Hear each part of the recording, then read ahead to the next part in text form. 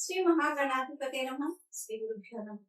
ఒక చిన్న కథ ద్వారా మనం చేసే భక్తిలో, పూజలో నియమం కూడా యాడ్ అయింది అనుకోండి, దానివల్ల ఎటువంటి ఫలితం వస్తుంది అని బృందావనంలో జరిగిన ఒక యథార్థ ఘటన ద్వారా తెలుసుకున్నాం. ఒక సాధు పురుషుడు ఉండేవాడు. అతనికి తన గురువు ద్వారా ఒక విషయం తెలిసింది. ఏంటంటే ఏదన్నా ఒక నియమాన్ని పెట్టుకొని 12 సంవత్సరాలు కనుక ఆ నియమాన్ని పాటించినట్టయితే 12వ సంవత్సరం దాటిన మొదటి రోజే భగవంతుని యొక్క దర్శనం అవుతుంది అని గురువు ద్వారా విన్నాడు. గురువు గారి మాట మీద అత్యంత భక్తితో, శ్రద్ధతో స్వామి దగ్గరికి వెళ్ళి, స్వామి ఈ రోజు నుంచి నేను 12 సంవత్సరాలు నీకు రకరకాల పూలమాలలు అలంకరిస్తాను. మంచి సువాసన కలిగిన పూలమాలను నేనే తీసుకొని వచ్చి కట్టి నీకు సమర్పిస్తాను.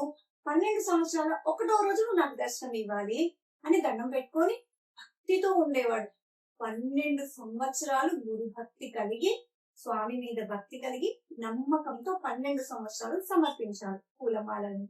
అంతా అయిన తర్వాత నెక్స్ట్ డే ఇంకా స్వామి దర్శనం అవుతుంది కదా, ఆ రోజు ఇంకా పొద్దున్నే నిద్ర చేసి ఆర్తితో, ఎంతో భక్తితో, యాంగ్జైటీతో అన్ని పదార్థాలు తయారు చేశారు. ఈ రోజు స్వామి వచ్చేస్తాడు, నా దగ్గరికి తప్పకుండా వస్తాడు, స్వామి వస్తాడని అన్ని తయారు చేసేసి రకరకాల పిండి వంటలు అన్ని చుట్టూ పెట్టేసుకొని ఇంకా రాలేదే అలా వస్తాడా, ఇలా వస్తాడా, ఏ వేషంలో వస్తాడు, నెమలి పింఛం పెట్టుకుంటాడా, ఫ్లూట్ పట్టుకుంటాడా, ఇలా ఉంటాడు స్వామి, ఇలా ఉంటాడు అంటే యాంగ్జైటీతో చాలా వెయిట్ చేశాడు. సాయంత్రం వరకు చూశాడు, సాయంత్రం అయినా రాలేదు. ఎంతో బాధపడి అన్ని మూట కట్టేసి అంతా మోసం చేస్తున్నాడు ఈ స్వామి, నాకు రాడు, 12 సంవత్సరాలు నేను ఏం చేసినా పట్టించుకోలేదు అని బాధపడిపోయాడు. సరే అన్ని మూట కట్టుకుని వెళ్ళిపోతున్నాడు యమునా నది తీరంలో. అప్పుడు ఒక చిన్న బాబు వేషంలో స్వామి వచ్చాడు ఆవులను తోలుకుంటూ. ఓ సాధుకుని ఎక్కడికి వెళ్తున్నావు అన్నాడు.